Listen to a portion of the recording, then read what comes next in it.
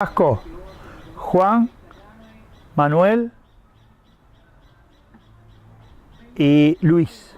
Ellos traían como, yo no lo tengo muy claro si la traían de origen española o de origen brasileña, habían pasado por el país y habían levantado esa yerba en barricas de yerbas de madera que eran de muchos kilos y Uruguay carecía de materia prima. Y entonces, bueno, lo que hacían ellos era cambiarle, escriturar una hectárea de campo por una barrica de yerba. Esa es la historia que se dice. Es muy graciosa, pero bueno, son otras épocas. Han pasado varias generaciones. Y bueno, y con eso ellos fueron criando su familia y teniendo sus hijos, y esos vacos se quedaron digamos, asentado acá en José Ignacio y la zona de Rocha, la zona de Velázquez. En esa zona se quedaron todos los Aispurú.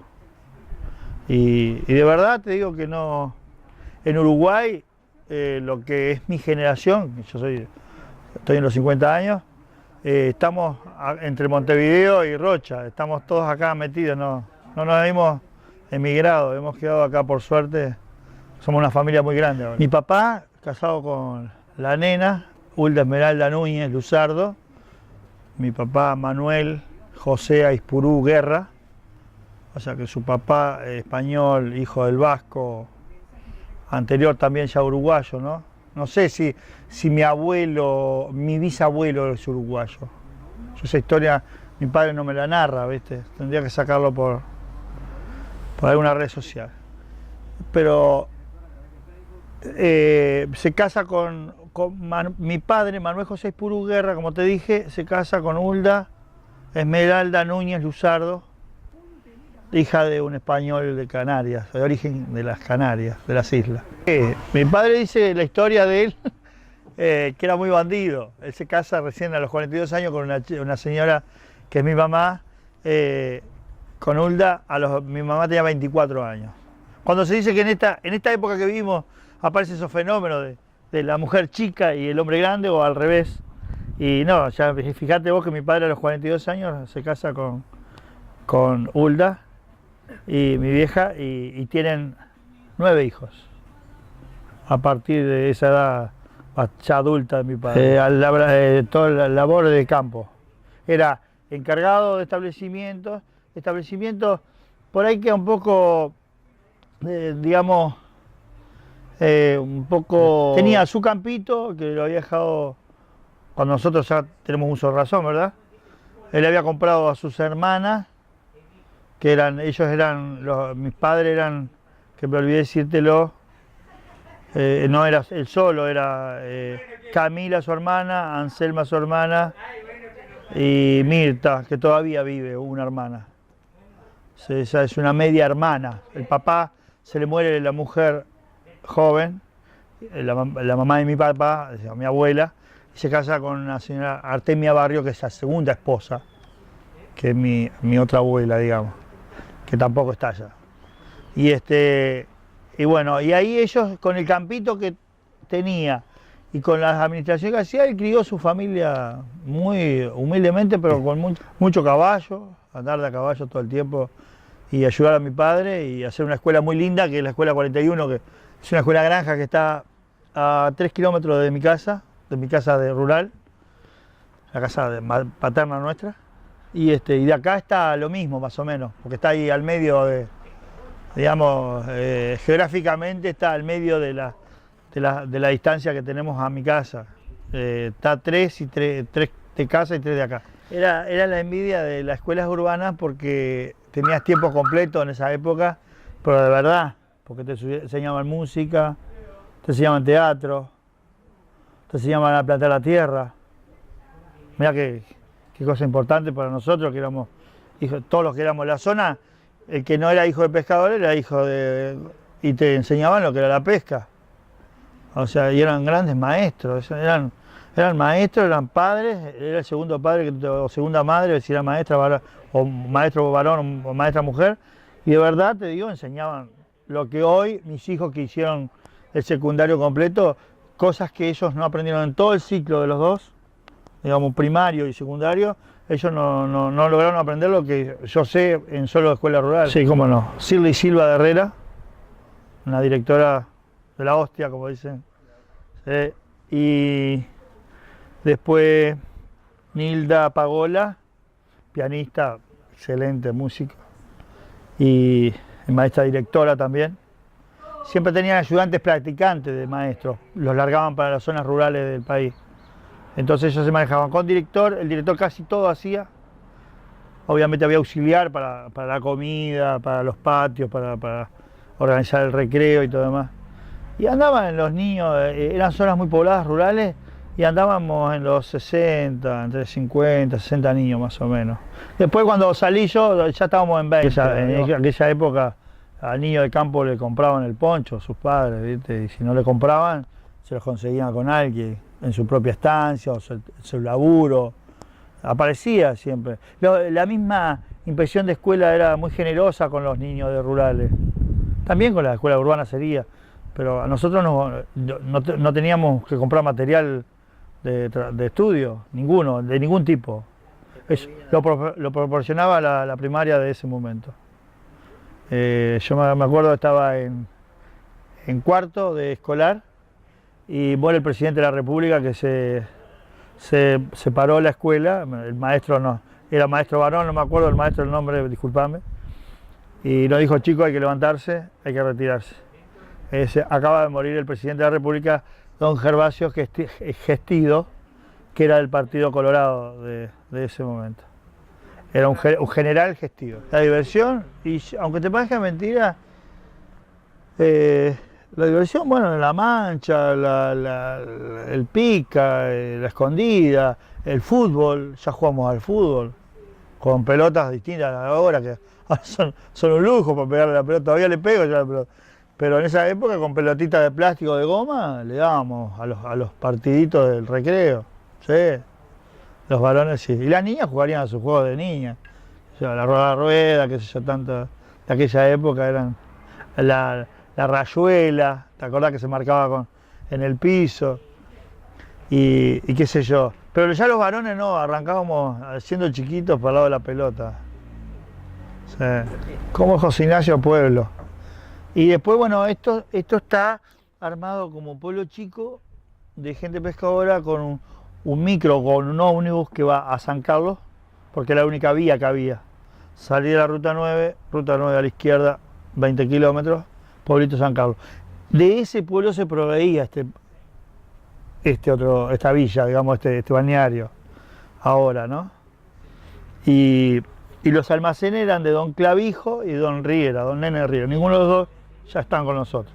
Pero sí está la esposa de Nene, que después te voy a decir, Marcelo, dónde está. Un ómnibus de la época, los pintaba de amarillo y azul, con una línea azul al medio, muy cómica, pero muy linda. Muy cómica ahora, en aquel momento normal, y le ponía ómnibus el faro, el farito dibujado con un pintor, y bueno, la cinta azul al medio, de todas las clases, desde el pescador, desde el pintor, desde la chacra hasta todo, la clase alta, porque también había gente que se manejaba con aquel ómnibus que tuvo Uruguay, que fue impresionante, que fue la cooperativa de Honda, que desgraciadamente desapareció, como hoy que estamos luchando por Pluna para que no desaparezca.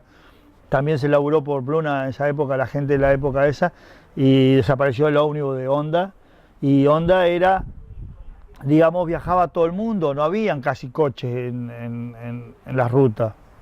La clase alta, los médicos, los contadores, todos de la Honda. Y Rosendo hacía el transbordo hasta este pueblo y hasta lo que es la zona de campaña, porque el pan venía de las panaderías de San Carlos y venían en bolsas de harina, sacada la harina, puesto el pan ahí adentro y venía todos los días a la hora de venida, porque el ómnibus hacía una sola frecuencia. Iba en la mañana y venía en la tarde, más o menos para hacerte lo más explícito, ¿no? De lunes a domingo. No, Rosendo sigue arreglando sus ómnibus, él era su mecánico, era su chofer y era su guarda, era todo. Y su hijo Nuble, que tiene mi edad, era su primer guarda y su primer chofer, y hasta que terminó la empresa. Y claro, cuando José Ignacio ya crece, y entran 5 empresas licitadas por no sé quién, Rosendo tiene que dejar la empresa. Y ya queda grande además. Pero está muy bien, está muy bien de salud y está bárbaro. Le mando un beso en esta nota. Bueno, José Ignacio tiene, además del almacén de Riera y almacén de Clavijo al fondo sobre el faro, que era la dada vuelta, la parada del ómnibus, abre don Pedro Bertalmí, un duraznense que viene acá y se instala. Parador Santa Teresita. Se abre almacén y bar. Y lugar de reunión de los jóvenes. Muy visionero, don Pedro. Padre de tres hijos. Padre de don Pedro, el taxista. Padre de Tila, que ya no está, se murió muy joven. Que fue la dueña, la que creó el omelé de alga de José Ignacio. Y Teresita, que está en Punta del Este. Está bien. O sea que hay de los 3 hay un fallecido. Don Pedro, que ya es un tipo adulto, grande, él hacía las reuniones para que nosotros estuviéramos ahí jugando en ese tiempo no había mucha Carolina, que le llamamos primero antes del pool. Ahora se dice Paul o se dice... Antes se llamaba la Carolina. Y bueno, y ahí en lo de Pedro eran las noviecitas que nosotros, o las amigas que teníamos. Nunca me desvinculo del pueblo. Inclusive acá fui, después de eso, fui apuntador de una obra, de obras que se empezaban a hacer con Eduardo Strauss, que caído en los Andes, recompuesto después, don Eduardo Strauss, arquitecto hoy, fue un gran arquitecto que hizo las primeras casitas acá. Inclusive las primeras las hizo para él. Y hizo más de una. Y después le hizo a don Emilio Stewart, un salteño, un montevideano con campo en Salto. Le hizo a un exministro de Economía uruguayo, don Enrique Braga. Le hizo la casa. Y la constructora que te decía que era apuntador yo era de la obra de la empresa de Eduardo, que era don Godier Vilar, que la hacía, que muere joven también, de una enfermedad terminal. Hicieron linda, y ya esas casas eran interesantes. Sobre esta calle estaba la de Enrique, al final allá en la península, en la primera fila, y después estaba la de Arocena, de Carlos Arocena, que todavía está esa casa, es muy linda casa, todavía está tal cual la hizo Eduardo y Vilar, la constructora. La de Emilio Astigua está, que la compró Techín, Roca, acá en la esquina de la plaza, la que está enfrente a la inmobiliaria. A los 17, 18 años,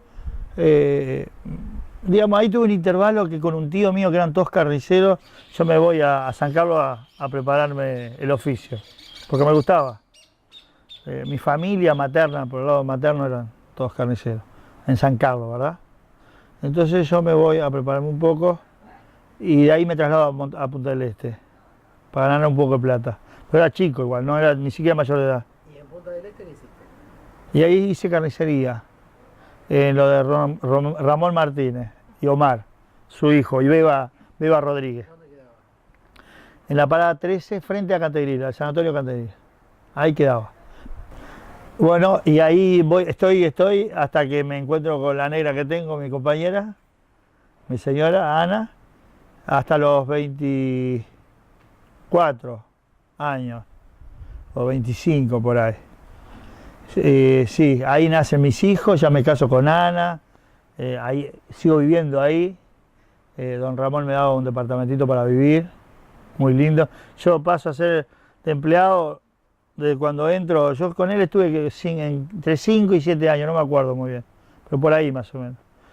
Hice toda mi carrera, digamos, ahí, y me lo aprendo bien el oficio y me vengo para mi pueblo porque el supermercado de Ramón cierra. Por Punta del Este vino una crisis argentina y Punta del Este se cae un poco. Pero mira, no hay mal que por bien no venga. Me vengo para acá y de verdad, como yo nunca me desvinculo, yo los fines de semana me venía sí o sí acá. El libre mía era para casa de papá y mi vieja, que los adoro hasta hoy, que no los tengo, pero para mí están ahí en la vuelta. Y acá al pueblo venía siempre a ver a mis amigos, a mi gente. Cuando vuelvo con Ana acá, vengo con mis 2 hijos con 20 días de edad.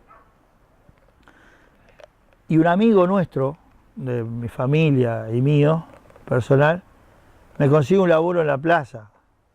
de placero. Estoy en la plaza 1 año y unos meses.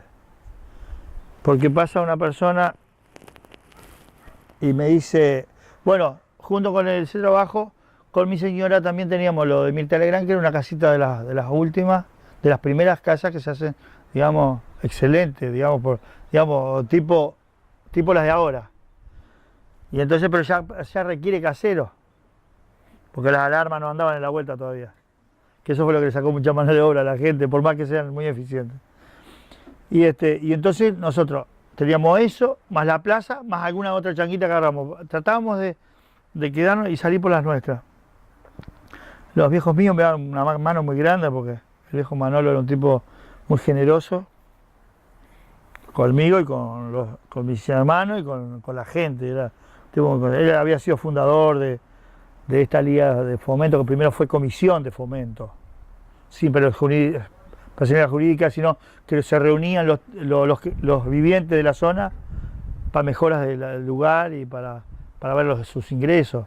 Mi padre vendía la lechuga, la batata, la papa, el choclo, todo acá en verano, porque se surtía de gente. Venía gente a pesar de que era incómodo venir por Ruta 9 y bajar por Camino de Tosca hasta acá, pero en verano había mucha gente. Y venían turistas de argentinos, ya habían algunos, como los Florín, que fueron los primeros argentinos que llegaron acá. Los Florín y los Link, ellos sí, los Link de acá. Ellos, todavía siguen las generaciones, sí. Ahora vienen los más chicos, los de mi época, y más chiquitos también. Los hijos de nuestros hijos, como dicen. Y de verdad,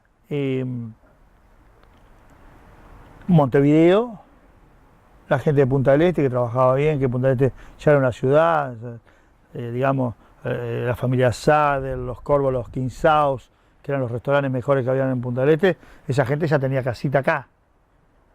¿Me entendés? Entonces todo eso, daban la vuelta, venían a José Ignacio, que era un cabo hermoso que en algún momento sabían que iba a explotar.